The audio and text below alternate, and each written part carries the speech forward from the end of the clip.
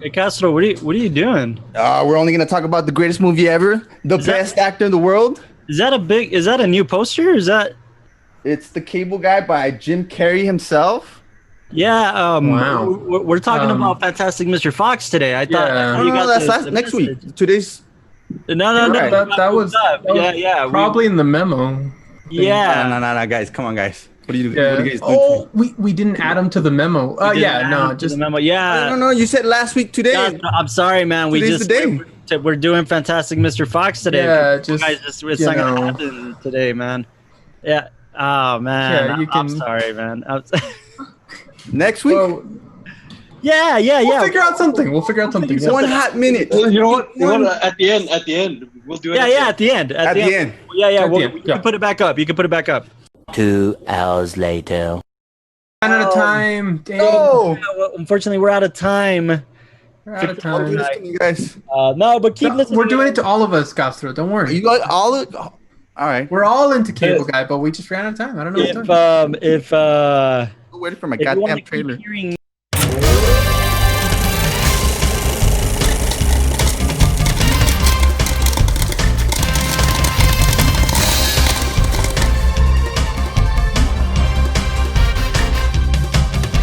Welcome back to the WatchTower podcast, the new podcast brought to you by Tower Productions for the new podcast network called the Towercast Network. We want to welcome everybody today. I want to welcome all my film aficionados that are joining me here today. We're going to be talking about an awesome film by Wes Anderson as Fantastic Mr. Fox. So before we get into this film, I want to introduce everybody that's in the room. My co-host, John Eric Castro. What's going on, film people out there? I want to introduce Christian Yokomoto, my other co-host. Oh, hello, people. And then we got our trusty producer, Austin Young, in the background, making sure we're sounding good. Yo. And last but not least, we have Mr. Michael De La, our other producer, who makes sure that we're always on top of things on this podcast. And joining us today is a very special guest. Mr. De La, would you like to introduce her? Yes, actually, she can introduce herself because she's a strong, independent woman about town. Sorry. So, who's joining us today? Oh my god, you disconnected. We can still hear you though. You can still hear me? Okay, my Yes. name is Ashley. I'm his girlfriend. AKA Ash. AKA Ash, yes. Yeah, Ash is very cool. She's joined us a few times here and there for movies and stuff, and she loves cinema as well. And as I'm told, she very much loves this particular film. So very excited to have her on the podcast today. Welcome, Ash. Welcome. Thanks. Oh, thank you. So yeah, as I said, today we're going to talk about Wes Anderson's 2009 stop motion animated comedy film, Fantastic Mr. Fox. And for those of you watching on YouTube, you can appreciate Mr. Yokomoto's amazing Fantastic Mr. Fox little poster that he did for me. That was pretty impressive. The second he showed me what we're going to be doing for the cover, I knew I needed it. So yes. Yeah. So reach out to Yokomoto. I mean, if you're seeing this on YouTube, you could also see the work that he has right behind him on those walls. Those are all works of his art. Oh, I just bought 4 yesterday, dude. $50, man. Oh yeah. Hit him up. Hit him up. $50 for 4. What? He charged me $2,000. Well, is that you wanted a new one? I got that crew discount, dude. No, but he does amazing work. He's done a bunch of the 17 actually tower posters that just came out of nowhere. That's how we met Yokomoto. So he's a very talented guy. Hit him up for any of your graphic design / printing needs, and stuff like that for posters or design covers for films and stuff like that. So check him out. For this poster, I don't know. Like, is it original or is it just one that you just kind of made by yourself? For the Mr. Fox one? Yeah, the one that he just. It's based. It was because if anybody knows, I do the YouTube banners on the YouTube thumbnails. So I draw those as well. And so when I showed it to the group, the one for this one, Michael De La contacted me and said, "Oh, I wanted something based like that." So I just basically kind of took the idea I had for the thumbnail on this one and just like made it more perfected it a bit more. And stuff And like that. in case That you're Yoko not Moto sure, like on the main cover for Fantastic Mr. Fox, it's him in the like same position. Oh, It's just okay. he has everybody else around Sorry. him. But I really like the way that you were just able to capture kind of like him in that abstract kind of like isolation, very So simplistic. bad. And in case you can't read it, Interesting to bring up that image. I want to talk about that image a little bit because I was reading that particular image in that chair, the way Mr. Fox is sitting, is an homage to Roald Dahl, who wrote the book of the the original story. Oh. Apparently, in his office, Roald Dahl would sit in a chair very similar to that, in a similar position based on old photographs that they saw for the film. No way. And that's how he would come up with his stories, on that chair in his office. So that was an homage to Roald Dahl. Apparently, That's cool. That That's pretty little cool. That's nice. framing positioning of Mr. Fox. So, so very cool, very cool. No, but yeah, hit up Yokomoto. He's not only in charge of the Tower Crown and making sure all the designs for that look great, but also the thumbnails for this podcast and posters and anything and everything. He's awesome. So check out his work, In the Mind of Yoko, on Facebook. Thank you very much. Appreciate it. Yeah. So let's get into this film. This was a film that was brought to our attention by our very own De La O. He's a big Wes Anderson fan, and that much we knew about him. But this particular film had always been on my radar. I'm a big Wes Anderson fan. I love his work. I'm a big Grand Budapest guy. Like that's my favorite film of his.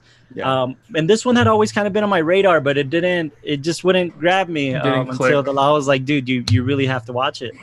Was it the stop motion that was stopping you, or what? No. I'm like I've said before on this podcast, I shop for Criterions a lot, and it's always on the Criterion pages, and it's a big Criterion favorite. So, I was always intrigued by the cover art on the Criterion. It's a little different than the original cover art, the original poster, but it's very intriguing. It's very dark, like autumn colors on the cover. And it's kind of drawn a little differently in a different type of style of animation for the cover of the Criterion. So it always grabbed my attention, but I just always had been putting it off. Thankfully, I finally saw it for the first time, and how was it has this very interesting charm to it.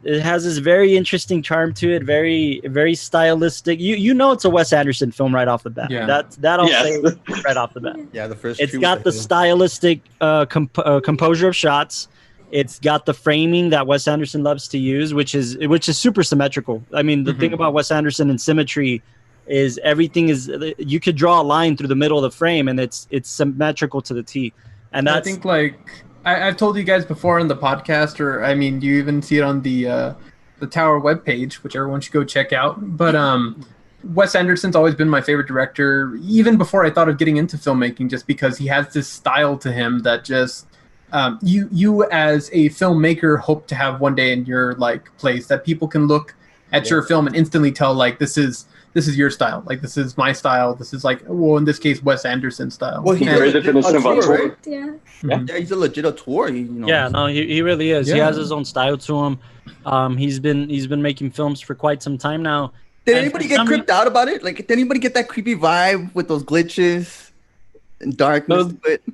No, I understand what you're saying. Well, not the glitches, but like the stop motion, style. Yeah, because with a lot of stop motion movies, especially nowadays, is that you kind of get a like smooth overlook, kind of to smooth out the animation. And this one, you don't have that. Yeah, it's old where it was stop motion animation. It's cool stop motion animation. But you know what? I think, Castro, I could be wrong here. I don't know what you guys think, but I think that point of view comes from like when Tim Burton took over, stop motion. Yeah. So when you see a Tim Burton film and he uses a stop motion to his style, I think that automatically imprints in your brain, and you watch another stop motion animation that has nothing to do with Tim Burton, and you're like, oh wait, it's got that. You're expecting something. Yeah. See, that's where you're the director. I know. I got a bit of that vibe from Coraline for the same reason. Yeah, Coraline. It's the same director from. Yeah, that one for sure has the. Yeah, it's got that eeriness, but no, I think this one's very charming. It's got its style to it. It's the film stars George Clooney, Meryl Streep, Jason Schwartzman, Bill Murray, and Owen Wilson. All of them are pretty much what you can call Wes Anderson players. It's this contact list. They've been in one or another, Wes Anderson film. Yeah, it's Contact List, exactly. My favorite thing about this film, or I guess my favorite fact, was the fact that Noah Baumbach was the co-writer of this. And I feel like Noah Baumbach, he's got this rhythm to him to when he writes, that makes you go deeper into a very simple story. You watch any Noah Baumbach film, like his newest, which got nominated for plenty of Oscars, which is Marriage Story, and it's got heart, man. Like it breaks your heart every single time you watch a Noah Baumbach film. It breaks your heart, unless you're watching like Frances Ha or even like While We're Young, which is all live action, by the way. But Noah Baumbach's got the ability to break your heart, man. I don't know what it is about him and his wife. Greta Gerwig is his wife. They just love breaking people's hearts, man. Like you watch Lady Bird, you watch Little Women, and yeah, she's a very talented filmmaker too. So I love that Noah Baumbach has periodically collaborated with Wes Anderson. They've co-written quite a few films.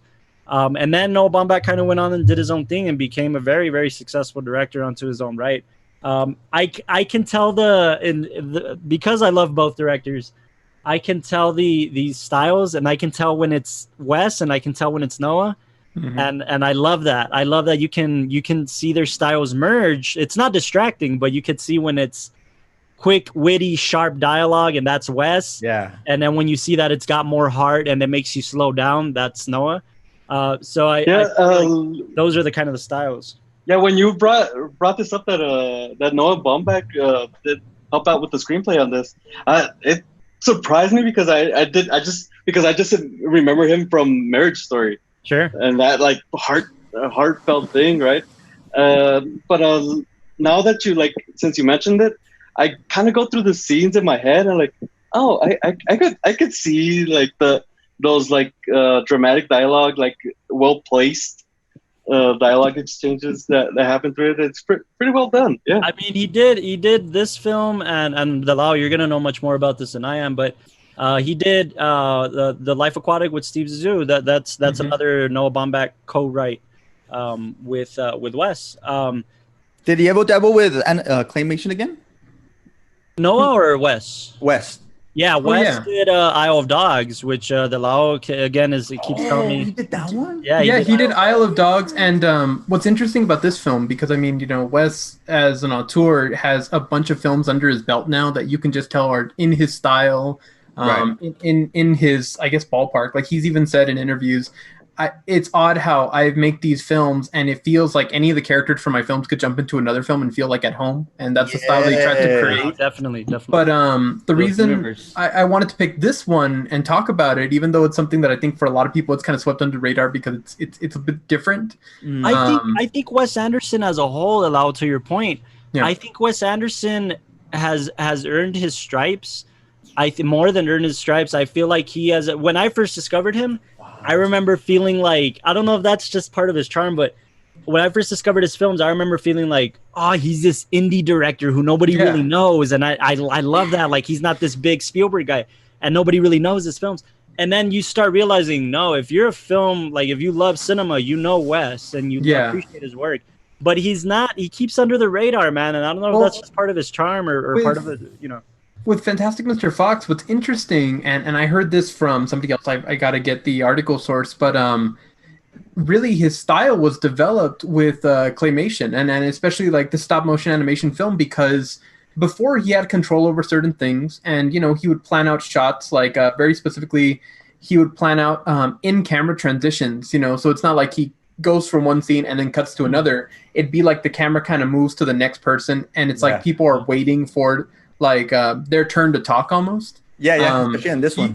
You can definitely see this when like at the inside of the little cave, Fantastic Mr. Fox is talking to I think the possum, and the possum's talking about how he just wants to see sunshine, and then the camera switches to Fox and he's like, but you're nocturnal, like your eyes barely work on a good day, and then it switches back to the other guy. And he's like, we're sick of your debit talk. I think that's you're right. I don't know if I don't know that I've seen any films that he made previous to this, but when you watch like Grand Budapest Hotel and the dialogue there's a pause. There's a camera shift. but it's so stylistic. It's so classy. And a lot of that was developed with this style of movie making, this animation, because he could control every aspect of what you see on screen. He could control the transitions, the movements. And after he did this, in live action films, he wanted to experiment more with in-camera transitions, making characters have to wait for the camera before they could like perform their action in the scene. And all that comes together to be just such a Wes Anderson kind of like characteristic, you know? I think that to your point, though, even his sensitivities with set design have a lot to do with being able to make claymation films, because like you said, with claymation, you have control of everything. Yeah. Shading, composure, lighting, set design. And when you're in live action, I feel like he brought some of that to live action. Like his set design is so detailed that it's insane in a live action film, you know, let alone an animation film. That's something that I've always admired Wes Anderson in almost all his movies. His production design, art direction, and set like it's just always been unique, colorful. Yeah. You can tell that everything was placed there deliberately. The details insane. One thing we were talking about gearing up for this podcast that I want to bring up, and one of my favorite documentaries of all time is called Side by Side, and it's a film about basically the transition between film, celluloid, into digital, and they talk to every director you can imagine is on that thing pretty much, but they also talk to cinematographers and set designers, and they talk to special effects artists. And when they're talking to special effects artists, particularly the guys from THX and from Lucasfilm, they talk about how when they're making the models for Star Wars, it's much more gratifying to them, because as opposed to being computer generated, where you're constantly just working on something on your computer, when you have a model that you're going to shoot, you can use all your senses to really feel the model, to smell it, to taste it, to do whatever you want with this model, so that you know every single inch of this, so that once you're behind the lens, you know exactly how to shoot it.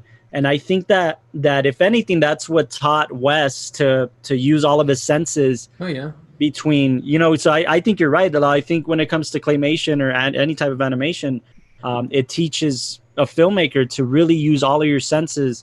I mean, look, claymation, as hard as it is, you move something half an inch to the left and you're screwed, you know? Yeah. And you know, in this particular film, it's composed of about 56,000 shots. Holy, 56,000 shots to make a 90-minute film. I think it was done over 2 years. I was gonna ask that, like, how long did it, like, one scene take? I mean, a while. Yeah. But not to mention they also use like fur. So when you're like looking at it from like a stylistic point of view, like if you're putting fur on top of clay, you actually have to be like way more expressive than you normally would. True. So I think like in the behind the scenes. Yeah, like in the behind the scenes, when he said that. In a way, Wes Anderson's character was complementary to that of Fantastic Mr. Fox. You almost had to be over-expressive so you could see what was going on, and like what expressions, what emotions they were trying to portray. Sure. Because in the fur, if you would just make the character smile like a little bit, like a tiny grin, you wouldn't the fur would probably overlap some of that, so you wouldn't be able to see it. That's why I love this film. The expressions is so detailed. Yeah, especially at the very beginning when like he finds out that his wife's pregnant, and then that giant smile that just kind of like I'm pregnant shows his character, you know.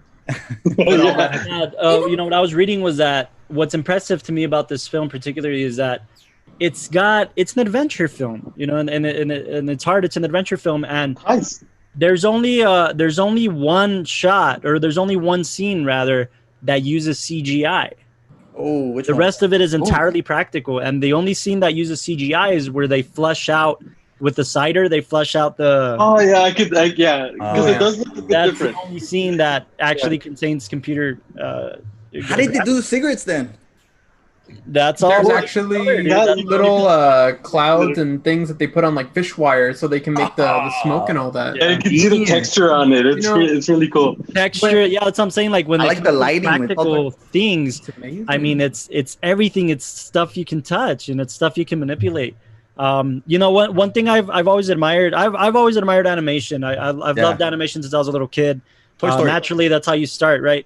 But I've loved the almost like the voodoo of animation, because you start with guys like studying guys like Walt Disney and how they started and how everything's hand drawn and how everything's hand colored and how everything, every single frame, every single reel, that's how it's shot. You're literally putting a camera on top of a storybook and you're basically passing it through. At least that's how animation began, right? Yeah. And then I've always admired the Pixar, which I hope we get to talk about Pixar films on this podcast a lot more. But I've always admired their model. Their model of making films to this day, it takes them 3.5 years to make one film.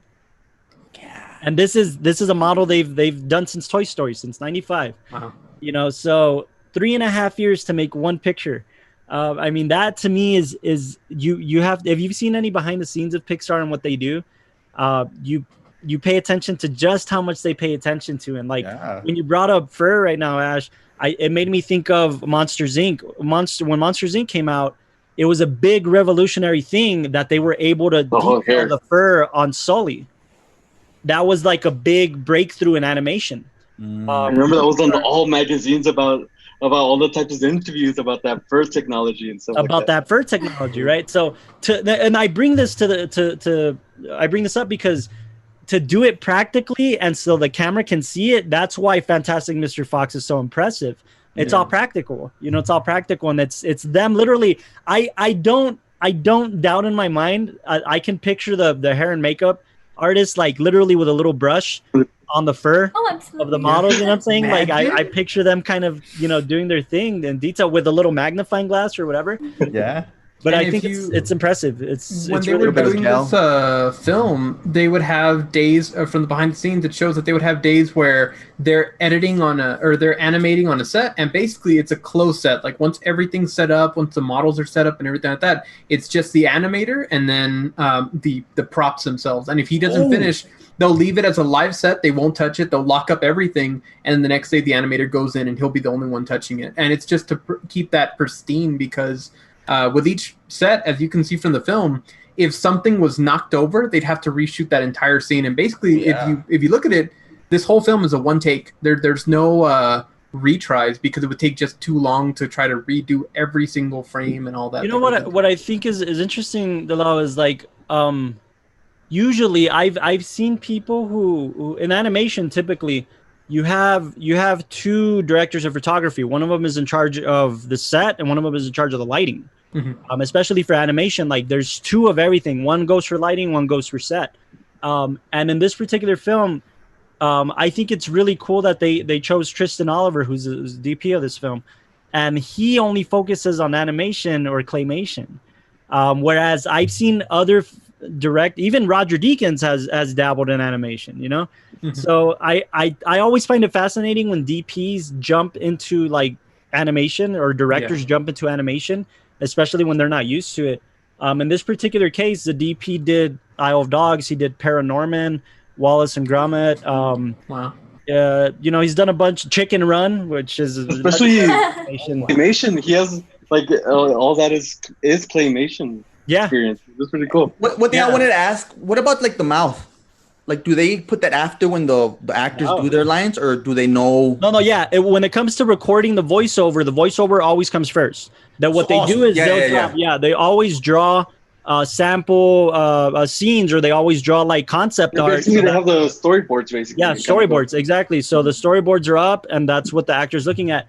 I wanted to bring up something about the voiceover. Now that you brought it up, Castro, I was reading that Wes Anderson, what he did was he wanted to take all of the actors away from the studio, because typically with voiceover, I'm not even lying here, a voice actor for an animated film could work for a week and be done. Yeah, like in a week they get all of their. Simpsons only work for 2 days a week. Yeah, 2 days, 1 day, whatever their part is, right?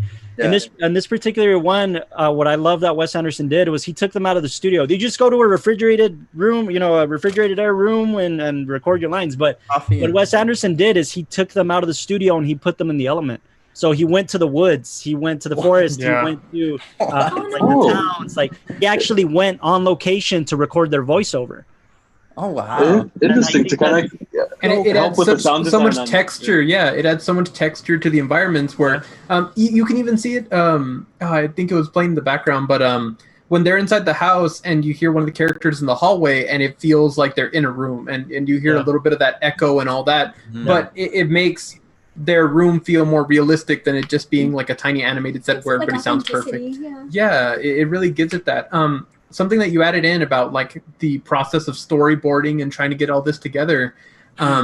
Something that Wes did that he's been doing with every other film since this, even his live action stuff, is now everything's storyboarded, but everything's kind of like animated beforehand. So that way when they're trying to film it, they have the exact positions that they should be in. They have the exact angles that the camera's going to see and all that. It's just insane. They don't Like, waste if you've ever seen, like, I think recently I saw a video on Facebook that somebody released like a compilation of voice actors and what they do and like side by side from the film.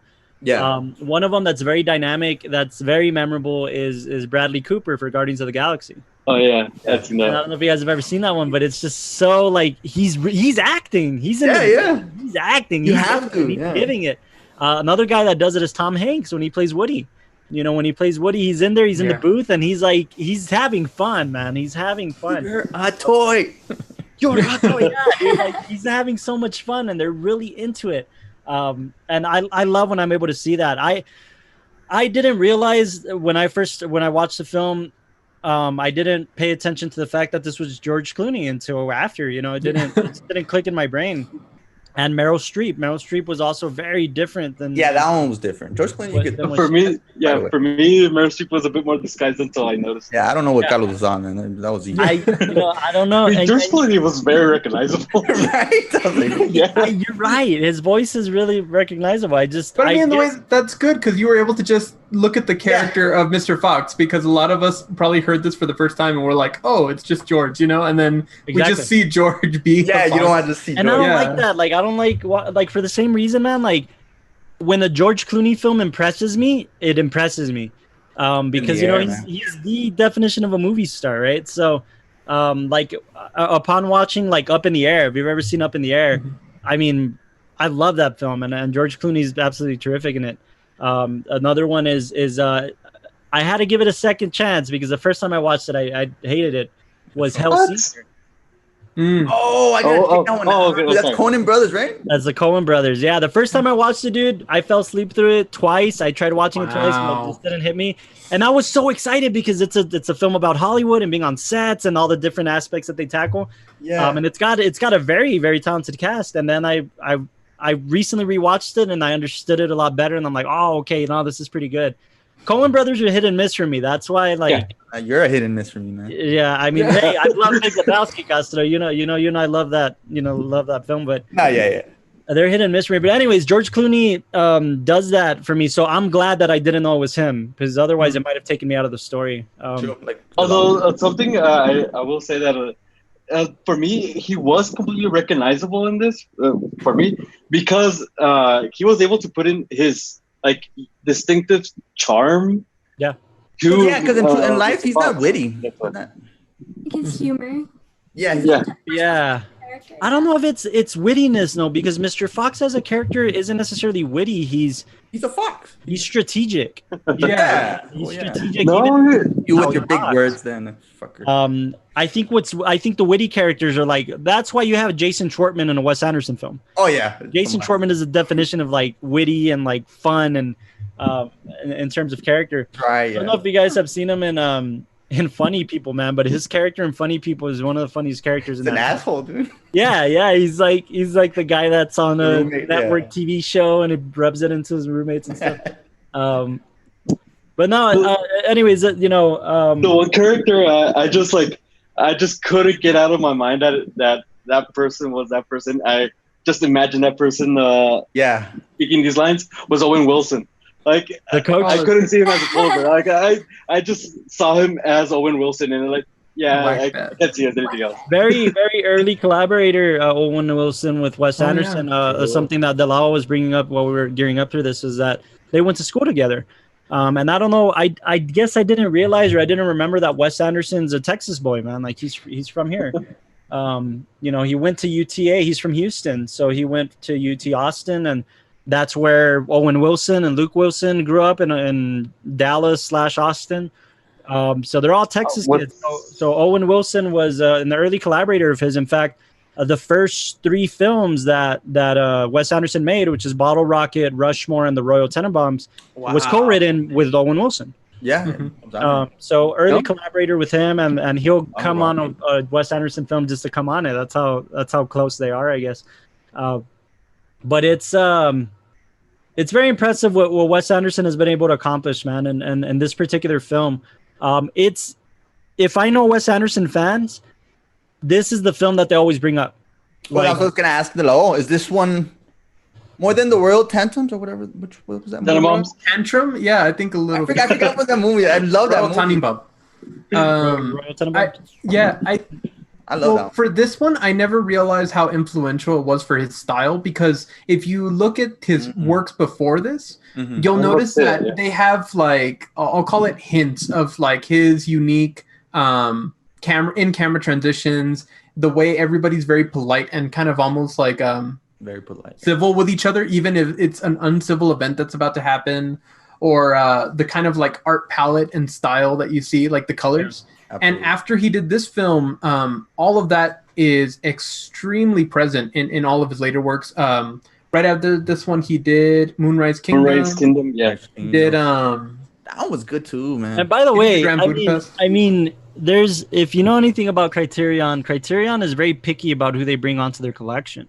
But Wes they're extremely selective. Right? They're extremely selective to like just very stylistic, very what they consider to be the best cinema. The way I see Criterion is like if this Earth goes, disappears, and then the next generation of whatever aliens or people are digging to find out about human life, entertainment. Criterion is like, was the best cinema that ever existed. So this is what you need to watch to tell you about cinema. Then again, Criterion isn't gonna put in RoboCop there, so I'll debate that. I mean, RoboCop. I slipped that in there. No, but I say that because Criterion favors Wes Anderson, man. Like Wes Anderson has a bunch. Most of his films, if I'm not mistaken, are Criterion. Like, if not all. Yeah, dude, it's insane. Like, and there hasn't really been a director like that because of his obscure kind of quirky style. It's perfect for. It's so distinct. As somebody who later on wanted to get into film and wanted to get into the art of motion pictures. Yeah. I mean, there's nobody I looked up to more than him and his art style, because it's so distinct, and it's something that anybody who's never seen one of his films before can come into and then recognize that style immediately, just because of the way he's fine-tuned. I want to call the Lao like Wes now, because when you saw Fantastic Mr. Fox, man, like if you see Fantastic Mr. Fox, it just reminded me of the Lao style. That's the Lao's, yeah, right. Like that's the Lao speaking through this film almost. I like the way like Wes uses a lot of like negative space in his humor. Like you can tell that a lot of the jokes that he's saying is like inferred, and that's what makes it funny. It's not trying too hard. He's not exactly. Really he's not trying to be on the nose. Yeah, it's great. It's fantastic. Yeah, it's very like quirky humor. I love the pauses between his humor. I think the way that everybody's very polite with each other, but they're arguing. Whether it be like expressions or a lack of expression, it's always going to be something that's... Yeah. I think another thing that naturally makes Wes Anderson films is the score. And in this particular film, Alexandre Desplat did the score. Somebody who we talked about last episode, I think, who I love, man. I think he's very talented, like Alexandre Desplat. And he did the score to this, and just like any other Wes Anderson film, very stylistic, it sets the tone for the film. Yes, definitely. It sets the tone. Like it's almost like the juxtaposition of the music is this classy, almost like British, like classy style to it. Like it's like music you would listen to when you're drinking tea. And then the film is about these wild animals that with a southern take on it. You can hear the banjo and the bling. And then you see the band, which is just a cool little thing. Like you see the band with the banjo, and you see their whole thing. That scene, it made my wife giggle a lot. When he just starts singing and improvising the lyrics. Something I wanted to bring up on that, something that's really unique to Wes Anderson, and he incorporates in a lot of his films that you saw here, is his use of diegetic elements and sounds.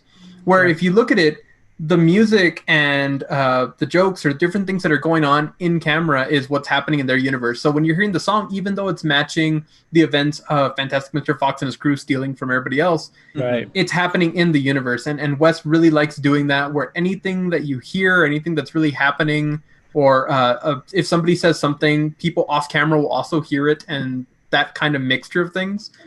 It's something that was really developed in this kind of film that now you see in like his later works. I mean, Sure. like similar into what is it? The Grand Budapest, when the cops come and you see the camera just focused on them, and everybody in play is there on camera, and they're like looking for somebody because they were gonna. I forgot who they were arresting. It was, what's the owner's name of the Grand Budapest? Hero and gosh, the best character in the film. Gustavo, right? I think it's Gustav, no? Or Yeah, Gustav. Well, they were coming to arrest him, and it's interesting because the camera will show him, and it's like they're all there waiting, and there's like, we're here to arrest you. And then when the camera turns back, it's him running away. yeah, And just that kind of like playful tone in the style of what's on camera and what's off camera. It's the best way to put it, I think, is it's just so strategically clever. Yeah. I'm sure Wes Anderson really sits around and plans these shots and thinks about them extensively. You want to bring that up? No, yeah, for sure. They say that if you look back during the filming, that you could see Wes like reenacting each and every scene individually, and you could probably put together the entire movie of just him going back and forth. He actually himself. he filmed himself, and he took every character's line, dialogue, and he would film himself going over the exact expression he wanted them to give. So whenever you're seeing any character walk around and kind of lift up their hand or look around, or like especially when like Mr. Fox is giving his toast, or when you see the way Ash kind of like is interacting with Christopherson, Wes actually reenacted the entire film with himself, and then told the animators, "This is the expression I want to get out of them." Good. So everything there's somewhere in a vault is hidden an entire Fantastic Mr. Fox film where it's just Wes Anderson arguing with himself. Cool. And like he actually edited himself talking in one frame and then made another little clip of himself being the other character, so that way everybody could get the exact expression. It's like him putting himself in the diorama, right? It's like him putting himself in, like it's him becoming the character and manipulating it. I mean, you can't manipulate somebody else, right? An actor, you manipulate yourself to be able to give you the expressions you want to do. So yeah, man, that makes a lot of sense, Ash. Like if you're bringing that up, because that tells me just how detailed he is. He puts his entire like. And that's what he does now for all of the films moving forward. He wants to be that precise about the movements and actions, because I think that really captures what he's going for. It's that kind of control, but then also the playful nature that it doesn't become too controlling. It's not like he's dictating every film. He just is going for a certain type of style or aesthetic. I don't know. You know, that was a big word right there. So go ahead, Yokomoto. To kind of like piggyback on what you're saying, Delo, is that like you could see that especially from this film on. Basically, all his movies, we watch him playing with the dollhouse, and every single character being a live action or being a claymation. Like you can see, like we're seeing this guy playing with all his dolls and all his characters and how he's moving them out. Wow. You know what's interesting is he tends to collaborate a lot with Roman Coppola, of the Francis Ford Coppola family. You know, so if you know anything about any Coppola, whether it's Roman, whether it's Francis, or if it's Sophia, they're all a very talented family, man. They're either directors, writers, composers for film, and he seems to collaborate with Roman Coppola a lot on his films. I think that's just adds this stylistic and good on Wes, because it shows that he's not afraid to go back in the trenches and collaborate with people. Whereas when directors get to that point, some people might think of themselves like, I don't need a co-writer anymore. I could do this. I got this, you know. Yeah. And Wes Anderson is, for the sake of the art, is very much ready to go back into the trenches and figure it out. Has he ever made like a cameo in a movie? I was actually going to bring that up. Yeah. Do you remember which character Wes was in this film? He was the weasel. He was the weasel. He was the guy actually selling the home and all that. The real estate guy. Okay. Yeah. In fact, when Mr. Fox is what is it? He's telling everybody their like Latin names, and he's saying what their like strengths are. Yeah, he's the guy who says stop yelling and is being shaken around. Oh, and then also in the fight scene with Mr. Rat, he's the one who gets like just shoved out of the way for no reason. So yeah, Wes had his nice fair share of cameos. That's cool. That's cool. Yeah. I mean, he's respected. He's very much respected in the film society by peers of his that have been in the game for a long time. I know Castor's gonna hate me, but Scorsese actually very much praised him for his for the Royal Tenenbaums and for Bottle Rocket and Rushmore, like his first films. Scorsese was watching them, and he was very actively like checking those out. But Scorsese's like that, man. Like he likes to dabble with the new filmmakers that are coming around, and because he has such a close relationship with Criterion, a lot of times what Criterion will do is like ask Scorsese, like, "Hey, can you make a note about this film so that we can put it in the bonus features?" So we could, like he just did it. I wasn't huge on Midsommar. I thought it was a good film. I wasn't crazy about it. Midsommar. You know what? No, I'm not. I'm out of this. It's just not in my element. And I know like Austin loved it, and Eric Sanchez. If we talk about it, I'll probably bring Eric on because he thinks it's a masterpiece. And Ari Aster is a very talented director. I'm not gonna doubt that. You see his ability in filmmaking, and it's great. But I bring it up because I bought the the A24 special edition of Midsommar just because Scorsese gave like a review. Well, he gave a foreword that comes in the book. Like it comes with a book of like, oh damn, it's got like the design, and it's got like storyboards and stuff from the film. And the opening foreword is from Scorsese, and he talks about how he loves being exposed not just to old cinema, because old cinema naturally he's seen everything under the sun. Trust me, man, like if you want to learn more about film, just Google an interview with Scorsese and when he talks about older films. But he says, I don't just like older films, I like new films, and I love new directors, and I love to discover the works of new directors. And that's when he starts talking about Ari Aster. But he doesn't like new actors or what?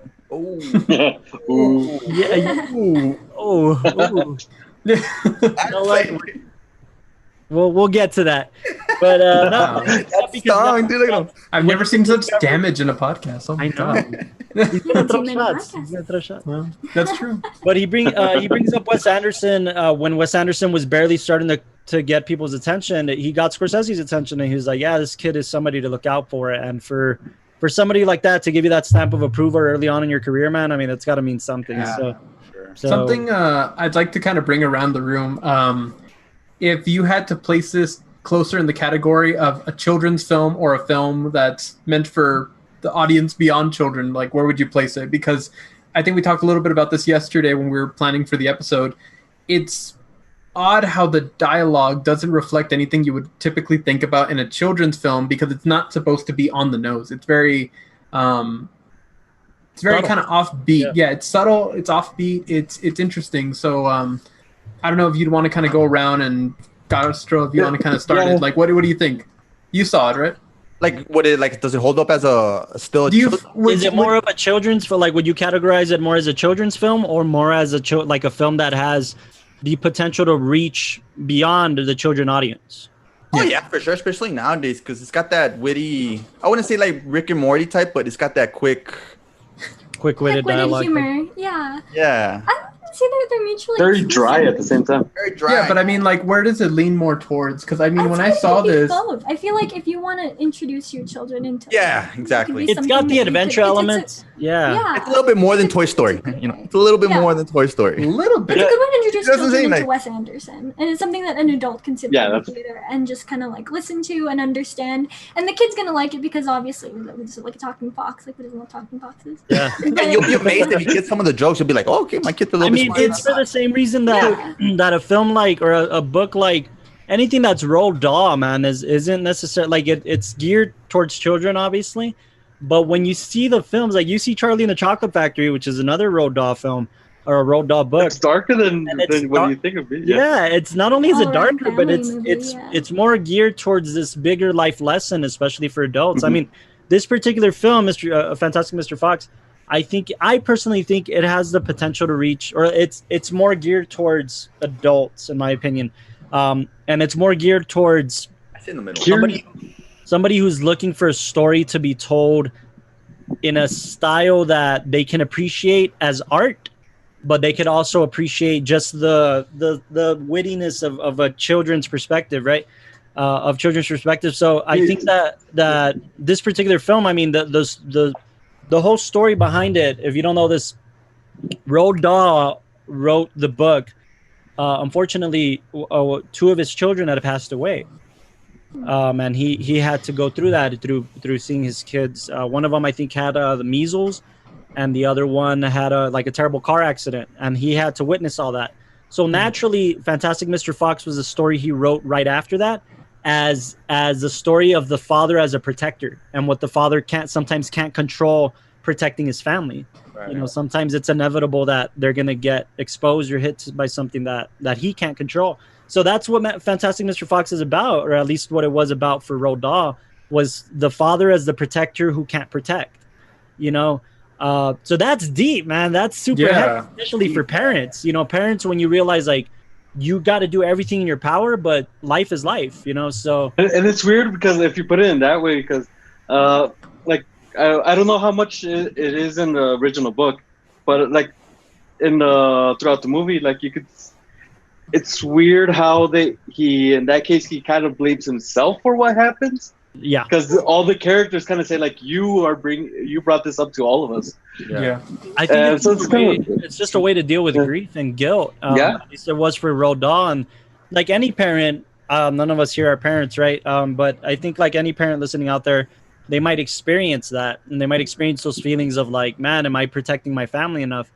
So if they see this film, they're gonna get that message. If a child sees this film, they're gonna get Ash and Christopherson as like these funny characters that go to school just like they do, and they flirt with girls just like they do. You know, and, I think it's really interesting because when I saw this film, I was obviously younger, and I really liked that for Ash and Christopherson's kind of like story arc. It's really the arc of you're always going to see people that you think are better than you, and you're always going to feel like you wish that they had less, or they could kind of understand where you're coming from. But then it's accepting yourself and your own strengths that'll make you better as a person. But then like when you get older, then you start focusing on like Mr. Fox's character, and then like how him trying to kind of overcome, I think in the film, like a middle-age crisis, and trying to indulge in his kind of passions leads to the destruction of his family and his community and his neighborhood, and him trying to rectify that only seems to make things worse for a while. And it's kind of like, well, when does it stop, and when does he get a break? And you know, what lengths does he have to go through, both internally and externally, to finally get there? You know, that's a good point. That like it gets to the point of not just parenting, but just life, where you get to a point where like, man, I've done so much for my family. I've done so much. Like, when is it time for me to do something for me? And yeah, you could see that in Mr. Fox for sure. I like that they were given like anthropomorphic characteristics, because I mean you could tell that story just like as a regular story. It didn't have to be a fox, but the fact that they made it into a fox, and they made it like a battle between his nature and the way that he kind of like conformed to humanistic ideals, I feel like that gave it like kind of character. It gave the movie character. The concept that it was like him always reassuring like, yeah, we're wild animals internally, as opposed to it just being, because he was running away. He was to say that he was afraid of the wolf, I guess that was like one thing, and the movie was to say that he was afraid of the like animal part of himself. Ultimately, it makes it more universal too. Ultimately, that makes it more universal for people to connect with and understand. Ash, I'm curious as to like, we obviously know what De La O has thought of the film as a whole, and kind of what about you? Like, upon seeing the film for the first time, how did it affect you, or how do you feel about the film as a whole? Upon me forcing this film on you. Upon you forcing this film on me? Well, I work with Clay, so I work with Clay. So looking at that and seeing, I guess, like the behind the scenes and how they were moving it and how they were like manipulating it with the fur and the symmetry that was used with it, and just I fell in love with it. Like, not only was he using I guess like this meticulous eye in the way that he set things up, but he was also being meticulous in the things that he did, like using language. So you see that the humans, they have like an English accent and the animals have like an American accent. That could be like a political commentary, I guess, for Wes. It could be anything. And it shows that they are similar but fundamentally different, and just everything's there for like a reason. It's like the Bible. Like I love Wes Anderson. Nothing is there by mistake, and even something as small as like barometric pressures on the like apple cider, like rehearsing. It's something that they have to take into consideration. You gotta explain that a little bit more, because I don't think a lot of people knew that. Oh, okay. So when they were filming like the scene in the apple cider cell, the barometric pressures would drop if it was like raining outside, depending on like the weather, the temperature. So they would have to wait. And they'd have to leave everything in place until the bubbles floated back up to the top. Yeah, and because that was something, the bottles would change in level, and for stop motion, that would actually affect the way you would get distracted, because you'd look at the background and you'd see the bottles shifting in levels. And because Wes is the perfectionist that he is, he was like, no, we're just gonna wait. We're gonna wait. We're gonna have to wait it out. Yeah, and off the whole crew. My for goodness, days at a time, the attention they had to to detail. wait for the barometric pressure, and it's it's that kind of detail that gives that film. Oh my It's kind of like with Alejandro González Iñárritu when he was filming The Revenant. And he's like, no, I want this specific lighting, and we're gonna we missed it right now. We come tomorrow, do it again. You know, I mean, hey man, if you're stuck to your vision that way, it's only right that you respect that and you know you feel it that way. Go all the way. I can relate to that. I've had my director moments where I'm like, hey, it's not right yet. It's not right yet. We gotta wait till it's right. It's a quality director. There's also something about the fact that he takes so much care in each and every element that comes into play in the movie. Like something I never realized before, but only until after watching it that I kind of appreciate it, was that you'll see this, I think I put it as an L cut, that it's when Ash and Christopherson are first like bunking together, and like Ash is getting mad and saying like, just sleep under I'll sleep under the bookshelf and get splinters in my ears. And basically get into like a little fight, and then he ends up sleeping underneath the coffee table with like the train tracks. Yeah. And then they watch the train kind of loop around, and then a nice little fun L cut is that he has the train going from left to right. Yeah, just to kind of like, just have like, oh, okay, there's a train on the tracks, and then it cuts to the actual train in the actual world. Right. At the very end of the film, once they've kind of, every character's come to their completion and story arc, the train goes backwards. It actually goes from right to left.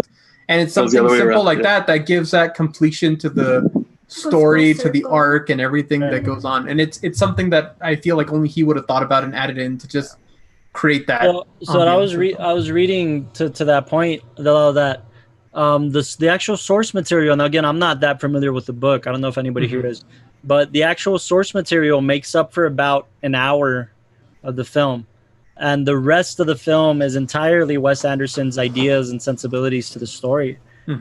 So that's pretty. That usually happens with a lot of like kids books, movies. He said that it was this, when he read the book and when he was going to try to convert it into a movie, he felt like the book only really covered one act, and he was trying to find a way to add completion to the whole thing, because there's a lot taken directly from the book, lines and dialogue and all that, but he felt like it wasn't complete, and I think that's where he added in the arc of like what happened before Mr. Fox moved into the tree and all that, and give a little bit more context onto how that character was feeling leading up to all the events that are going to take place. He's like, no loose ends, but he leaves. It's insane. If you follow him, I think I follow him on Instagram, Wes Anderson, and he put all he's been doing is watching movies, like most of us during this quarantine, and he puts up some really crazy like choices, man, that I would have never expected him to be into.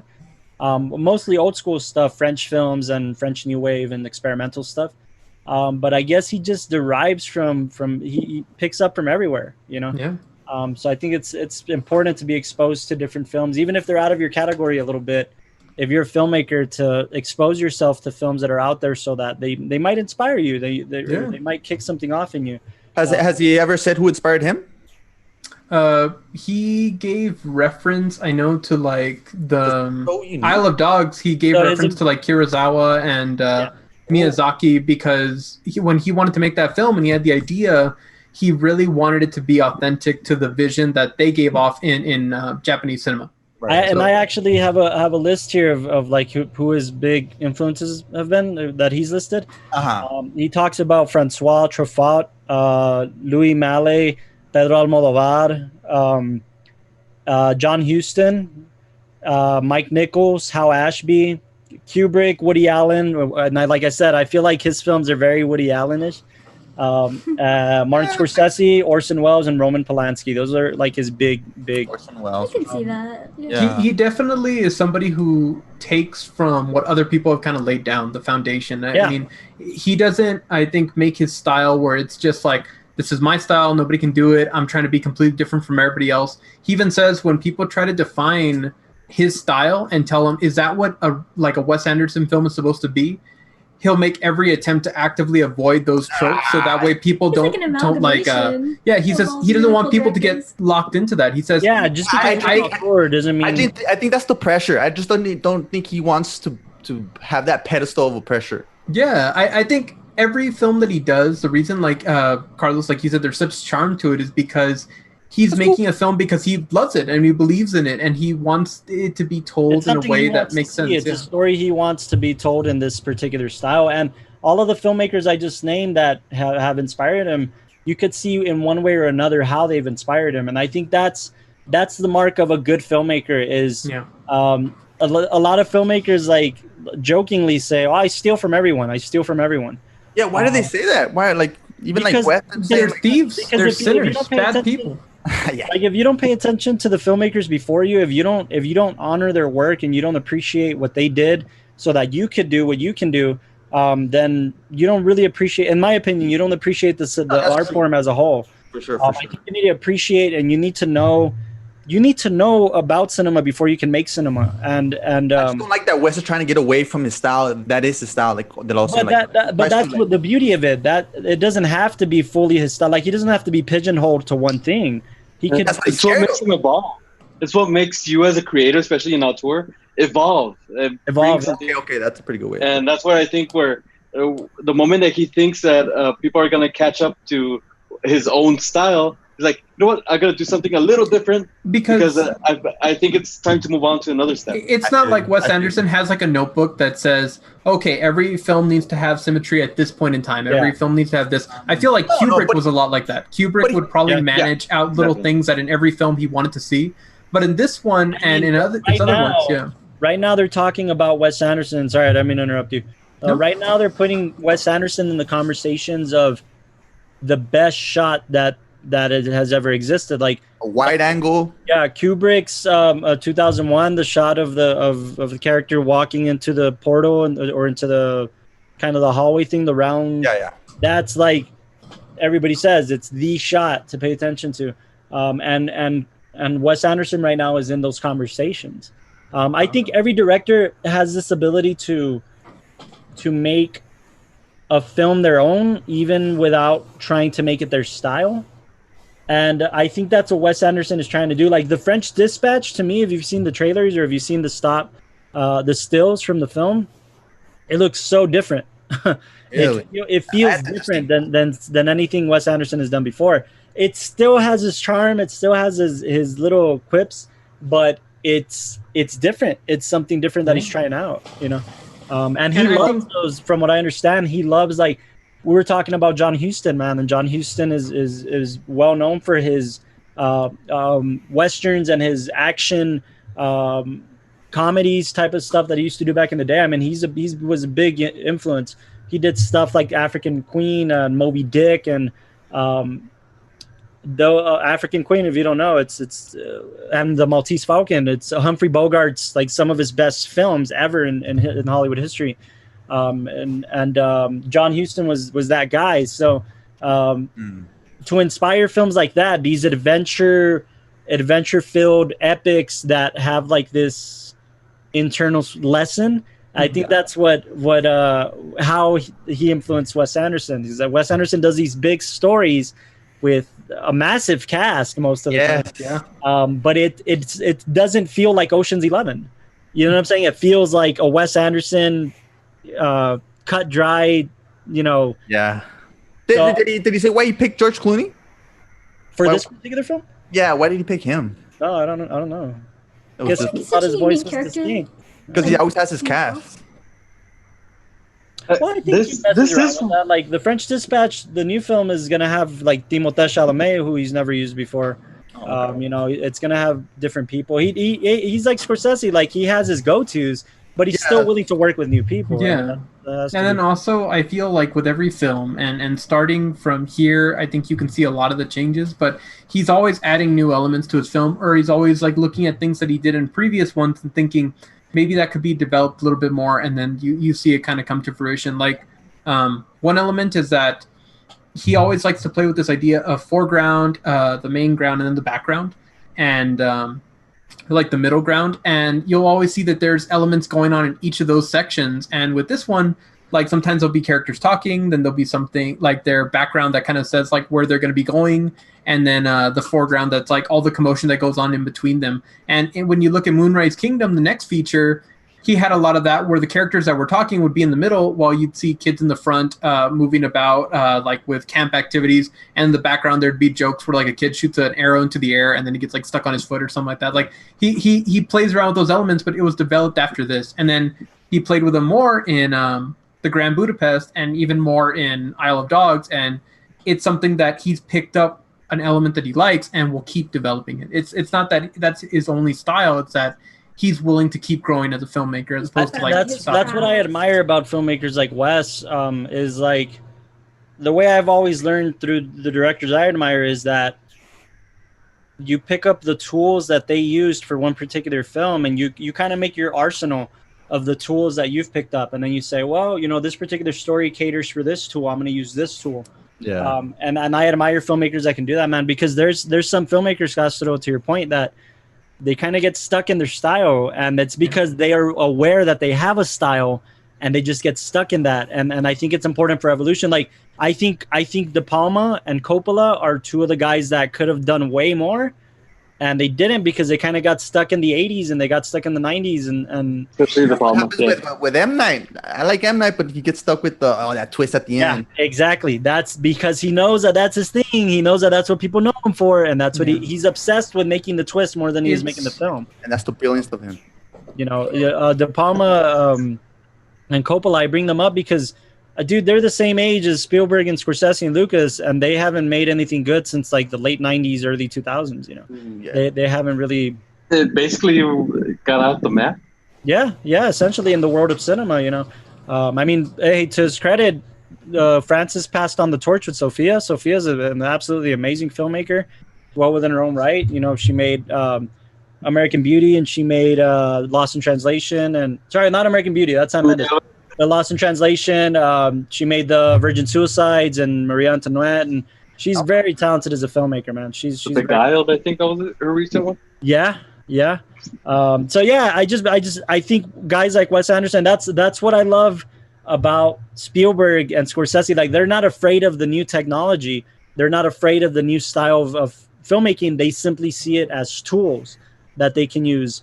Like when you see the behind the scenes of Ready Player One and you see Spielberg like a kid in the candy store, man, like he's not afraid to jump into that technology and jump into this stage that has absolutely nothing. That's going to be all computer generated. Actually, that budget, damn. Yeah, and then like Scorsese with Hugo, man. Like we're going to talk about Hugo on this podcast later on, but it's 3D animation that he's never shot on.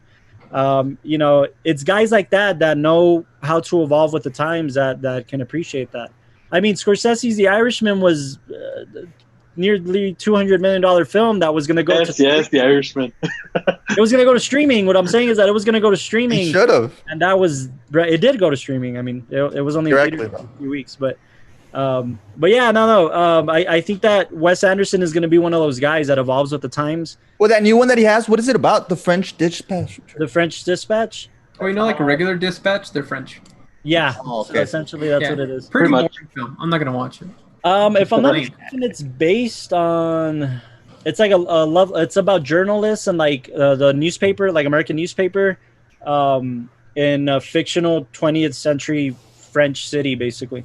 Because it's got Bill Murray. Hell yeah.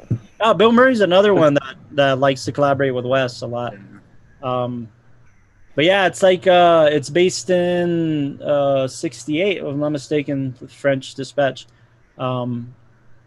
Collaborated with Roman Coppola on it, which is going to be pretty cool. Oh yeah, look at that. Benicio Del Toro is coming out. Adrian Brody. You're not gonna watch that, Delo? No, I'm gonna watch it. Are you kidding? Come on. You know me? He's gonna sleep. McDormand. Oh man, and she's great. Frances McDormand's super talented. If you haven't seen Three Billboards, dude, she's awesome, dude. I love that movie. Yeah. I haven't seen Fargo. I've never seen Fargo again because Coen Brothers are hit or miss for me. Yeah, she's pretty good in it. Really? I really like Fargo. I'd love to talk about it on the podcast. Fargo. No, it's never. I know I've heard it's good, but I just want to see it because of Frances McDormand. To be honest with you, She makes a movie. Yeah. Timothée Chalamet comes out. Bill Murray, Owen Wilson. I heard. Oh yeah, and Saoirse Ronan. I was like, I know. I heard Saoirse Ronan was going to be in it. Christoph Waltz is going to be in it. Jason Schwartzman. I mean, it's going to be massive. Edward Norton is coming back. Willem Dafoe. See, he just keeps adding. I mean, it's not like he's taking anything away, you know? And I'm sure that's what it is. I'm sure it's the cast that like, hey man, keep me in mind for your next thing. Keep me in mind for your next thing. Like, yeah, of course. Willem Dafoe in Fantastic Mr. Fox was the rat.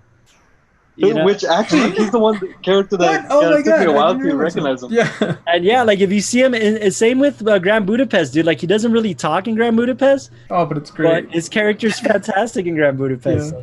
So Willem Dafoe's another one that works with Wes a lot. Tilda Swinton is going to be in the French Dispatch as well. She's good. I like her. Speaking of Dafoe, I do love his like West Side Story type of character as the rat in the movie in the Fantastic Mr. Fox. Yeah. Like he, especially in the sewer part where he's just like, he's just snapping. yeah. It's so good. It's so good. It's just so cool. See, that's pretty cool. I think the way that it's set up, it's like ambiguous as to what time period that it's being set in. Yeah, that's true. So I think that's like open to interpretation. I thought that was cool too. Mm-hmm. Yeah, I mean, it's exciting, man. It's honestly one of my most anticipated films. Is the French Dispatch of this upcoming year. Of course, it looks pretty good. You got to watch Isle of Dogs first. You got to see the progression. I mean, I was going to ask you, Delo, top 5 Wes Anderson. Ooh, that's good. That's good, yeah. Top 5 for the Wes audience. Anderson. Yeah, for the audience, because most people don't know about Wes Anderson that much. Okay, I'd say if you if you definitely want to see his style and kind of get an idea of what he does, something that's very palatable, I think Fantastic Mr. Fox is a perfect way to go into. I think from there, if you really like the claymation style and want to kind of see that develop a little bit more, you can jump into Isle of Dogs. But if you want to see how Isle of Dogs kind of got transformed into a live action, go to Grand Budapest, definitely. So those are like on lead for number 2. So I definitely go for Jurassic Park for number 3. I know it's not a Wes Anderson, but it's a classic go-to, you know? No, I was going to say definitely Grand Budapest or Isle of Dogs could both be at number 2 or number 3. And then for 4, I'd say one of my favorites was the one that he did before this, which was Life Aquatica. I think that one you'll see a little bit of his early style, but you'll definitely get a sense of like his humor and sensibilities there. And then Moonrise Kingdom is a nice way to finish up for 5. So that's the main one? That's Moonrise? Moonrise is a nice kind of like... Yeah, is it in any order? Is it like Fox is 1 and then Moonrise 5? Yeah. Okay. Yeah, because the other ones are introductions, and this one, like the Moonrise is this. Because I feel like you can go into his earlier works, just like I think Life Aquatica, or number 4, you can go into any of his earlier works, and you'll kind of get that essence of like his style and all that. I really want to rewatch them all just to kind of see that progression, because I think you can really see it in his films. But I think Moonrise is a nice way to kind of see where he's going in his style, and the same with Grand Budapest. But Grand Budapest and Isle of Dogs are both that you can see he's really perfected his live action style and his animation style, and that's what we're going to be seeing more of in the coming I kind of films. want to watch him in order, like in the way that the order that he directed them, just to see the evolution of his. You can really see a progression, you know. Evolution. Cool. Well, with that note, we're gonna jump into the Tower Crown. It's already about that time. Yeah, it's already about that time. So yeah, I think any kind of final notes on on Fantastic Mr. Fox. I thought it was great. I think people should watch it, especially if you're a Wes Anderson fan, and you can kind of see the different styles that he has, and how effective he is as a storyteller, no matter what style he tries to tell his story in. So he's a very effective storyteller. Fantastic Mr. Fox very much brings that across the board. And like I said, anytime I talk about Wes Anderson to a Wes Anderson fan, they bring up Fantastic Mr. Fox. So they that's the one that they have to bring up. Staple. Yeah. So that's kind of my final thoughts. I don't know, guys. You guys have any final thoughts on Fantastic? Final thoughts. I'll just step in then. The one thing I kind of want to add to it is that the reason why I think this movie kind of like exceeds all types of animation expectations is that, especially for claymation, the way it's filmed like if it was a live action movie. The way the zooms, the pans, and all that stuff on the camera, it's very cinematic. Yeah. And that really gives it a whole different personality, a whole different view to the movie, which really brings it up a lot. Yeah, I would definitely say that this has that kind of care where it's not just meant to be a good cartoon for kids. It's a good film. You know, it's something definitely that anybody of any age can go and watch, and it's just all rounded. It's meticulous. True. To me, it's humbling, man. How claymation works. Just all the little details, all those little small. It's humbling. I don't know if Ash, you still want to do this, like after learning all that. Like, I love it. It's I have the patience for it. Yeah. Have you ever dabbled with it? Like at least like a 2-3 minute something little. And claymation? No, I mostly do sculptures, but I would love to get into that. That and Foley. I think it would be cool. Oh man, it just seems like a lot of work, but yeah. If you want to do it well, yeah. Yeah. Cool. Yeah. I think you're right, Casso. I think it is humbling to see a filmmaker who loves their craft and loves to explore new ways on how to better their craft. And yes. And the story in and of itself is just, it's got a good lesson to it. It's got a good story to it. And trust me, I'm the type of guy that like typically doesn't like the kind of after school special lessons types of films. Mm-hmm. But when you're able to do it effectively the way Fantastic Mr. Fox does, and I mean, more power to you, because that's the thing is that it's not on the nose. Yeah, exactly. Yeah. Mm-hmm. The humor, it's unique type of humor. It's not your typical. Yeah. It's beautiful. All right, Mr. Yokomoto, take us into the Tower Crown.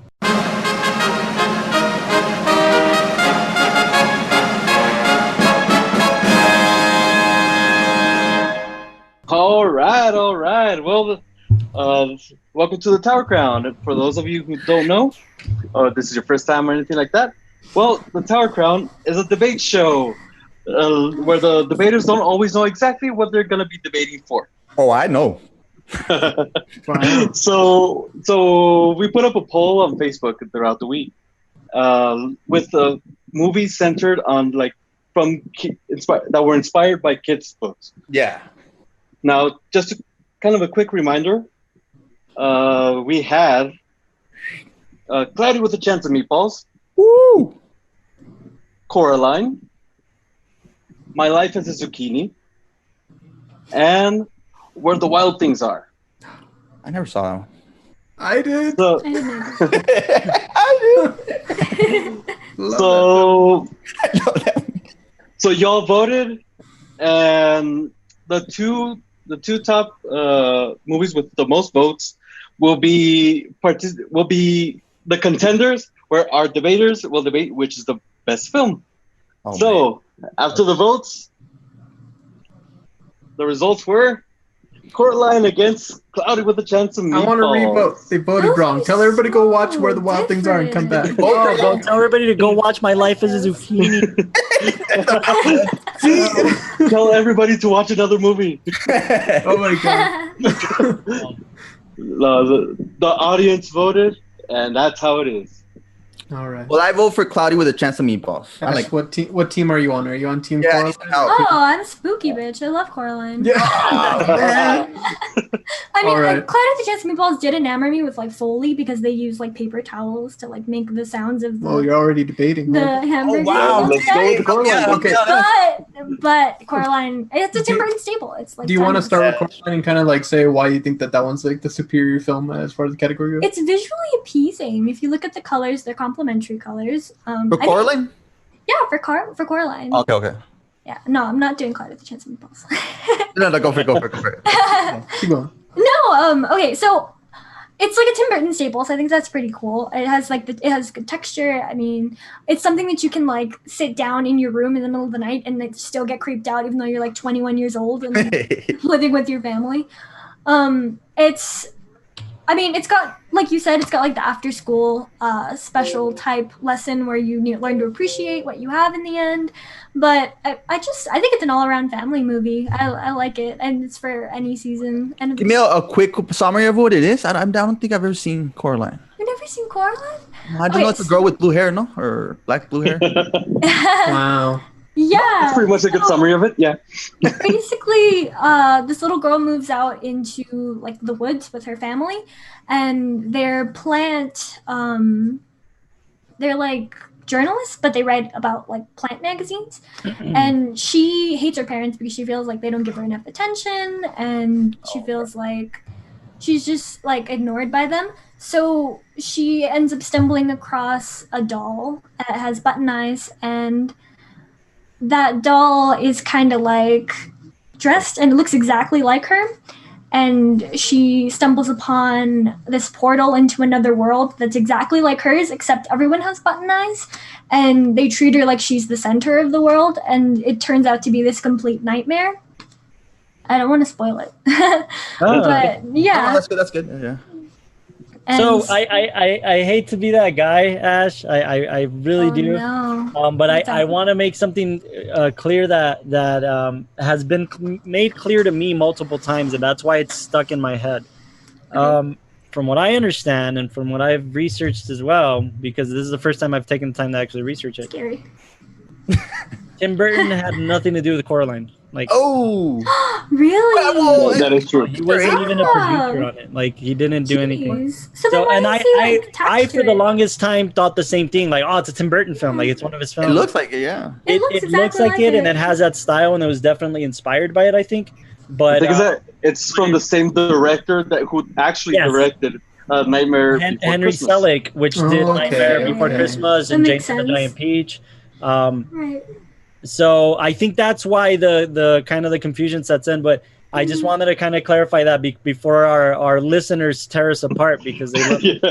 No, please do. No, yeah, but I remember Coraline made more of an impact on me than Cloudy. Yeah. That's because you're a bigot. No, I'm That's kidding. it. Get him. Carlos a Coraline- bigot. Okay. It's because Coraline, as a from a storytelling perspective, it tells a very like existential story. With Have this- you seen Cloudy with a Chance? Yeah, it's creepy. I've seen both of Cloudy. Cloudy is fun, man. Like, it's one of those summer movies that's a good film. To me, it's like a little Cute. fantasy that I had as a kid. Like, I wanted to be like a scientist that creates something, and that's what he is. Flint. He creates like. Oh. Yeah, no, definitely. No, I get that. No, and it's a fun film. I can't knock it because it's better than some of the other films that have come out, animated films that have come out and are just full of bright colors to make kids sit down and watch them. And It's cute. I wanted to be Flint Lockwood as like a child. I like walked around in a lab But I coat think for like that's what I like days about after. it. Right? I can't decide with one or the other. I feel like Coraline has the better story, but Cloudy with a Chance of Meatballs has more imagination to it. I feel like Coraline's more Island visually that they survive on appeasing. sardines, and they're getting tired of the sardines, so he comes out with an invention that creates anything out of the sardines. It's fun. I think for Cloudy, it's such a It's such a fun movie that I think even now, if you go back and watch it, or like my parents go and watch it, like any age, you can really appreciate like the jokes and the humor and all that, and it still gets to you. And I think something we kind of talked about with Mr. Fox, and we're talking about with like animated films we like, is the fact that they can have lessons, or they could be, have those kind of like kids movie tropes, but they're not on the nose, like you're watching it and you get to really just appreciate, I guess, like the lessons at the end. So I mean, far look, off you guys, from like the you book, guys though. know, Sandra and I, we're very big Disney fans, and we're the type of people who like to watch like kids films that are big like that. One of the well, that too, but one of the films that made an impact on me from that front, that I didn't expect to care for it, was actually Zootopia. Zootopia to me is great. Like, it's such an underrated like animated film. Like, and it's weird because when it was during Oscar season, it got all this recognition, and I still didn't care for it until Sandra and I one day just popped it in and we saw it, and I was like, why did it take me so long to watch this? I had the same effect with Coraline. Like, it took forever for me to watch Coraline, and then I finally watched it, and I was like, oh man, this is actually pretty good. And like, it's got this really good dynamic to it. And the director, I mean, he's a legend in this field. He said he did Nightmare Before Christmas, James and the Giant Peach, Moon Girl, Coraline, and he's getting ready to do a TV series called Little Nightmares. But to his credit, he's also been like a either an animator or storyboard artist, or for various like great films like The Fox and the Hound, Pete's Dragon. He did Mickey's Christmas Carol. Like, he worked for Disney for the longest time. He even worked on The Life Aquatic. Wow. In visual effects and storyboarding and stuff. So the director obviously has his sensitivities around animation, and he's obviously a legend in this field, especially for claymation. And like, I don't know, that Coraline felt more like it didn't feel like straight up claymation. It felt like claymation with 2D animation, which I thought was pretty cool. Castro, anything for or against Coraline? No, but I have some more stuff about Cloudy. Yeah. All right. Okay. Go ahead. Give us Cloudy, yeah. Yeah, with Cloudy, I think I'm being biased because it's got an SNL cast to it. It's got Anna Faris, Bill Hader, Andy Samberg. It's a Sony picture, right? Yeah. It's a Sony picture. Yes. Yeah. It's so more off from the book. Is it? It is. The book's like 10 pages. Well, like that's what happens with a bunch of children's books. The children's book itself doesn't complete the story. But I mean, part of it that's with what they did with it, given the 10 pages and like the story, there was a lot of creative freedom that they were given. Definitely. I think good with it too. So I think it's a fun story. It's the dad wants him to be your typical fisherman, but he's a scientist. That's like a little kid fantasy, right? Like, after saying, right, you're in a code when you're a little kid and you think you're experimenting. Yeah. So I think I'll also say for Cloudy, I think it really shows. I remember it was a breath of fresh air as far as animation styles. I mean, I think for a while you were seeing things like Shrek. Sony's starting to break into that. Sony's starting to break into like their own, like, you can tell when it's a Sony animation film. They're starting to break into that. And I think you see a lot of those really cool, unique styles kind of start to pop out from Sony Studios with this one. And I think that just made it a lot more appeasing, where now, even when I see it, even though the CGI technology is probably improved over the years and all that, this one still holds up because of its artistic style with the characters and the way they move and all that kind of stuff. True. It definitely doesn't make you feel like sometimes you watch some classic animated films and you're like, oh, this looks like it needs a little bit of help because like the years have kind of worn on it. But this one definitely doesn't feel that. I think this one and Coraline, just because of their art styles, really don't feel the years kind of wearing away on it.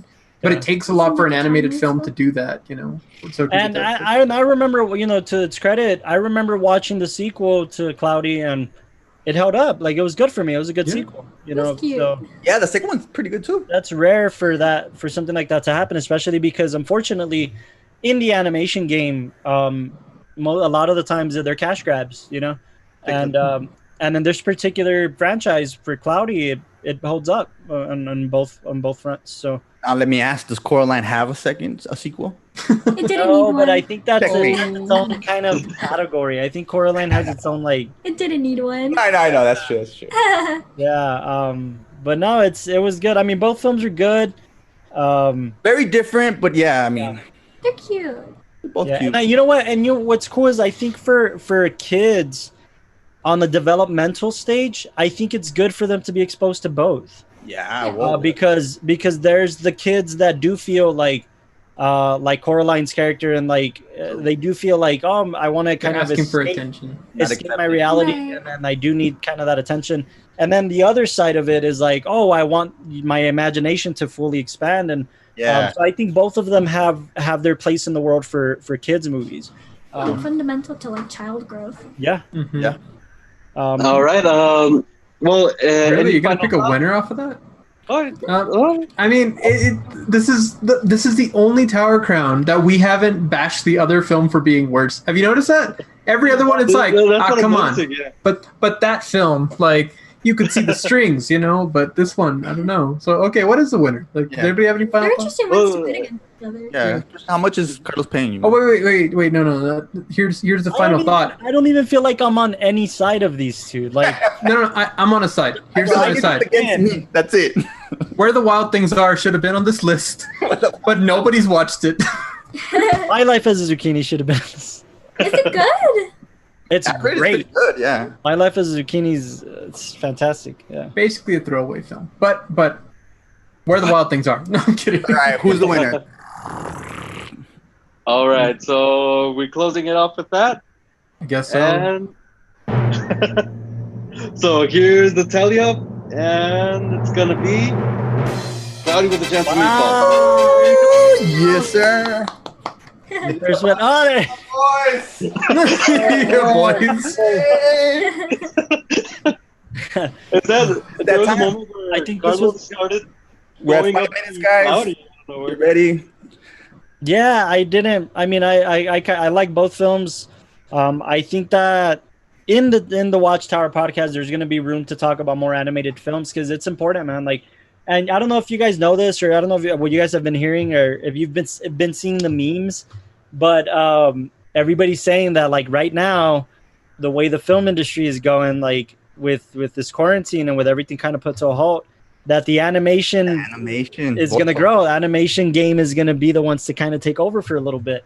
And I'm excited for that because there was a time in the late 90s, early 2000s where it was really animated films taking over, especially the renaissance of Disney and the later films like The Little Mermaid. And you get into like Pixar kind of taking over with Toy Story and A Bug's Life, and then you see like Woody Allen and Ants, and there was this whole kind of renaissance of animation in the early 2000s, and I feel like that's going to happen again with given the current time. So I will say this, one thing that I've been amazed with, especially trying to look toward a career in cinematography, is how much cinematography is playing a role in animation, and how much they like I heard for the new movie, what is it called?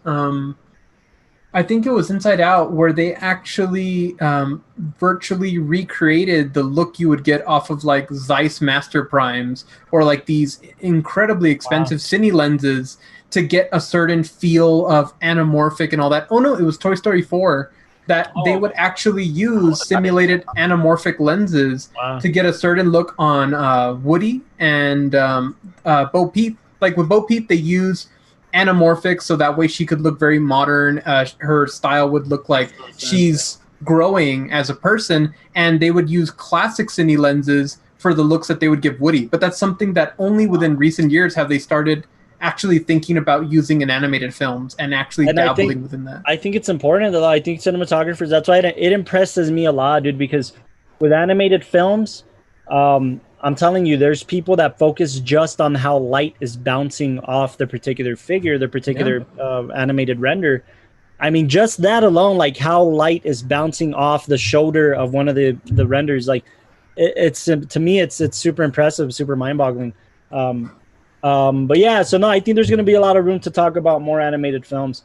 Did anybody else cry with Inside Out, or was it just me? Just you. We're all really emotionally tough, so yeah. So. I've never cried with an animated film like that, dude. Until I know it's gonna sound weird. Coco. Coco. Coco. I love Coco. It was actually Onward. Onward, You know what? Yeah, it was also like baby, dude. Like ask Sandra, like we were at the movies and I was crying. Oh my god! Only because I went through. I guess because I went together, through, man. That was the last movie animated film that was in theaters. Yeah, that's Before I all think this. it might have been the last film we saw in theaters. Actually, I mean, you could debate that Trolls also, but Oh yeah, Trolls. I haven't seen Trolls yet. It's been on my list. And it's been on my list because of the fact that it's a musical too, like just to kind of tackle that. But no, Onward did something to me, man. I was really excited for that film. Any new Pixar film, like Soul is about to come out pretty soon too, and that looks really cool. But with Onward, I went through a similar experience in my upbringing with like my brother kind of being the father figure in a lot of areas, and that I don't know, dude. Just when that happened at the end, like it just made me. Oh yeah. Hey, that's a good question then. So Delao, which one made you cry? Which one made me cry? Yeah. The Invisible Man. The Invisible Man. Man, what film? You treated her like shit. Have you guys ever seen Radio Flyer? It's a movie, like a Radio Flyer. Radio Flyer, something like that. That one made me cry, dude. I know Inside Out did, but I think it was just it was put together in such a really good way that even though it wasn't like this direct relation to what the characters were going through, it's the feelings that they were able to create and how genuine it all felt when you watched it. You know, I think there was something very like holistic about the way that they paced the emotions of both the characters that were emotions and also the girl going through like her events and all that and feeling that kind of like waves of depression and anger and frustration and all that. I painted a really like comparable picture. Yeah. Like, I think the joke comprehensive picture that everybody says is like with Pixar, it's like, oh well, okay, what if toys had feelings? Okay, what if cars had feelings? And then with Inside Out, I was like, what if feelings had feelings? And that's, you know. Do you have a film that made you cry, an animated film? Coco. Coco? Yeah. Was it one the grandmother couldn't like remember? No, it had to do with being represented in Disney because I know like there's not a lot of representation for like Latin. We have to talk about Coco, Ash, at some point on this podcast because it's an evolutionary film. I just watched in terms of our culture and animation and I got to go. My sister's in-laws are from Guanajuato, and we got to visit there a couple years ago, and that's what they that the city of Guanajuato, the Pipila, is they based the City of the Dead basically in Coco. Yeah. So you were able to see like just all the colors in real life, and it's like, oh, of course they based it on this. Lee Unkrich, man, like he's the director. He co-directed with a Latino, which is a Mexican American guy. So it's just amazing that the way they brought that film to life. And what's awesome is if you're a Spanish speaker, watch the Spanish version. Don't watch the English version. Oh, really? I watched the English version. Watch the Spanish version. Oh, watch the Spanish version because it's so much better, and it has the cast. Like for instance, De La Cruz. In the English version, it's played by Benjamin Bratt. He's I mean, you know him he's from Blood In, Blood Out, for crying out loud. Yeah. But in the Spanish version, it's Marco Antonio Solis. Yeah. You know, playing like the singer. It's Marco Antonio Solis playing the singer, you know? And it's like Gael Garcia Bernal, and it's all these like Spanish actors that truly deserve to be in those roles. It's so much better in my opinion. And the music is way better in Spanish, in my opinion. Really? It didn't feel like a caricature of our culture, so I thought that was pretty cool. Disney did an accurate representation. It's a love letter to Mexico. I mean, I think something I'm sorry. No, go ahead. No, something I really appreciate about like the times now is you're seeing that they're putting more emphasis on representation and showing people of different cultures, different ways of thinking. Yeah. No, but they're really pushing those bounds, and it's nice to know that we're not just getting films that are meant to play this group is upset because they're not seeing themselves in films, and let's just throw them a bone. We're seeing films that genuinely care about the culture. You know? I don't feel like Mexican Americans or Mexicans in general, I don't feel like we were that like petty about it. I don't feel like we ever really complained. Yeah. Until we saw something like, oh, it's that, and but it didn't really affect us. And then once we started seeing more of it, like Austin and I were talking about the Mr. Iglesias, the new sitcom, Gabriel Iglesias sitcom. And it's what it is, it's a sitcom, and it's a fun little sitcom, but it doesn't try to be the George Lopez show, or it doesn't try to be or like One Day at a Time. One day at a time is good too. One day at a time. Yeah, so I think it's cool for that we kind of waited until we had people in the industry that have that Mexican American sensibilities or grew up around that. Yep. And I think that's why Coco. That's the key word. Yeah. I think that's why Coco is such a successful film, because they brought experts. And from what I understand, we'll talk about it when we talk about it, but just very cool facts is like Lee Unkrich, the director, he took his whole crew to Mexico. Like he took his whole crew to Mexico so that they can experience firsthand all of the stuff that they wanted to bring out of this film. There's these little touches like what was it when, because I used to dance folklorico for a while. Oh, nice. We could tell. Oh, thank you. I'll take it as a compliment. All right. And there's this moment where Miguelito sings the song for the concert, you know, But no. It's Poco Loco. Coco Loco. Poco Loco. Yeah. Okay. There's a my godson loves that song, dude. He loves that song. He knows it by the way that Gael Garcia Bernal's character is dancing. Is actually like you could see exactly how it would be danced for that type of. Oh, that's cool. So it's like those details, small touches like that. So it's like, oh yeah, I recognize that part. Yeah, we'll have to talk about Coco at a different time, or we got to talk. We got to have like a Pixar episode or so, or a Pixar retrospective. We do like 3 episodes on Pixar or something, because they're massive, man. Like be it as it may, like my favorite Pixar film is Ratatouille, and we'll get to why. Eden Oswald, man. That's also one of my. Hey, but Yokomoto, you didn't say which one made you cry, dude. Yeah, start crying. Which one got you crying? I'm actually. I mean, I hate to say this, but I'm actually a crier. So almost every movie makes me cry. I get my wife bullies the hell out of me. Well, which one made you cry? The one that always sticks to me the most is the Coco, and the whole "Remember Me" sequence. Like I could take that scene out of context. Just when the moment that he just kind of like starts playing the guitar, and I've already started bawling at that point. Man. I feel you. You know, when I've talked about this in previous podcasts, I'm currently working on a musical, and my composer he sent me some of the music that it's just been so great so far. See? Yeah, it's been great, and we're working on it, and I actually showed Austin some of the tracks, and it's been exciting because of Coco, we feel, my composer and I, we feel the confidence to be able to play music like that. Because Coco was such a hit, not just in the Mexican market, in the American market. Yeah. And people identify with the songs. They're in English, but they're Mexican ballad, Mexican mariachi songs, you know? So because we want to depict our culture in my new musical, we have the confidence to like, no, this is going to work because people identify with that, you know? So Coco was one of the ones that like solidified, like, yeah, it's time to make a musical about our culture. So that's exciting to me personally. Coco was a very solidifying, like, yeah, dude, it can be done if you do it the right way, you know. So give you the okay. At this point, I think I'm gonna have to put Coco on the thumbnail as well. I know you're just gonna have to recreate the Tower Crown and then just put Coco the unofficial winner. Right?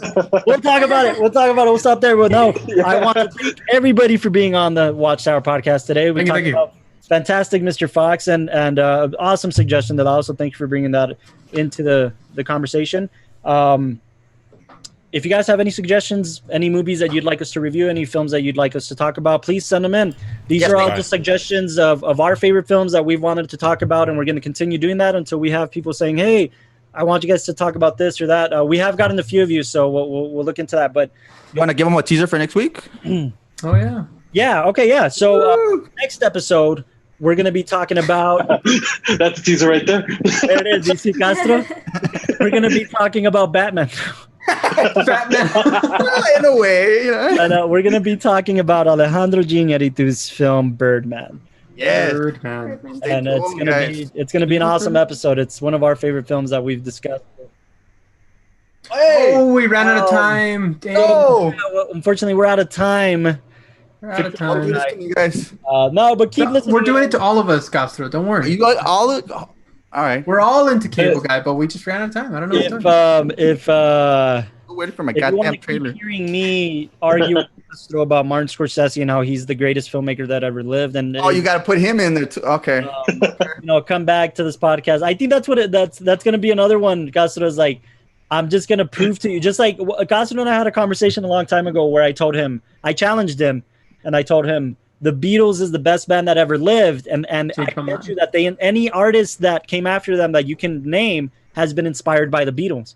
And he was like, oh, no, let's do this. And he would give me artists, like list them. And I'd be like, look, dude, they've been inspired by the Beatles. They were inspired by the Beatles. Check it out.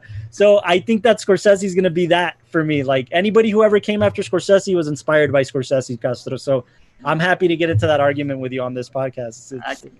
I'll get you next time, man. So next time we're going to be talking about Birdman. Please tune in. We're going to have a special guest as well. We have to confirm with him before I announce him. But just tune in next episode, and thank you guys for tuning in to the WatchTower podcast. We'll see you next time. And thanks to Ashley too. Ash. Yeah, thank you everybody on the podcast. Ash, thank you for joining us. Definitely, your perspective is something we don't have as an artist and as a sculptor and all that.